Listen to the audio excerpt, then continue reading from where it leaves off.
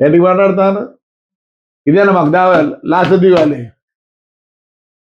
మేమే చూపిస్తే చంద్రబాబు అడ్డం పడతాడు, చంద్రబాబు నాయుడు అడ్డం పడతాడు,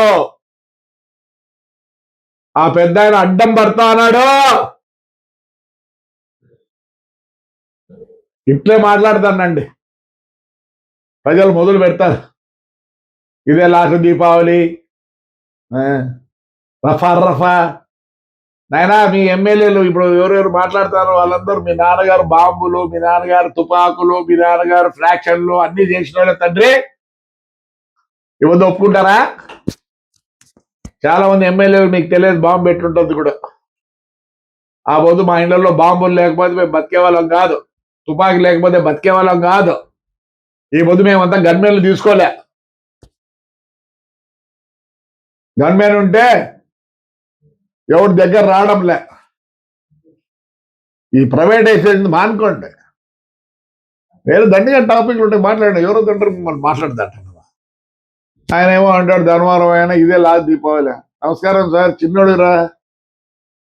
చిన్నోడిరా నువ్వు.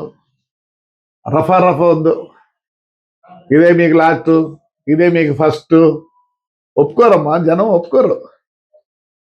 నువ్వేం చంపుతారా? అరే అట్లే కానీలే, అవే మాటలు. నేను మాట్లాడితే పర్వాలే, ముసలిలా కొడుకుని. అది మీ చిన్న ఆయన చెప్పినట్లే నేను 3 ఏళ్ళు ఉండేదని.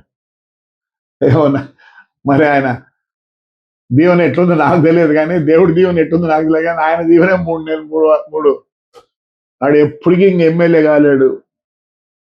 ఆల్రెడీ ఆ చిన్న ఆయన ఏం చేసినాడు? యష్, నీకుందేమో ఆస్కారం, యువర్ విత్ పబ్లిక్, నీకుంది ఆస్కారం.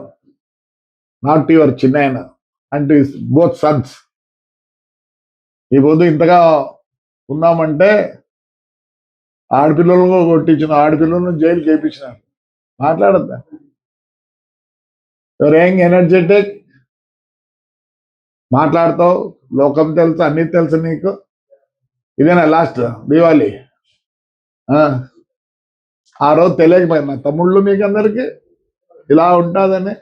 ఎన్నెల కొన్ని రోజులు, అమావాస్య కొన్ని రోజులని. ఈ రోజు కూడా మాకు తెలుసు, అప్పుడు తెలుసు, ఇప్పుడు తెలుసు.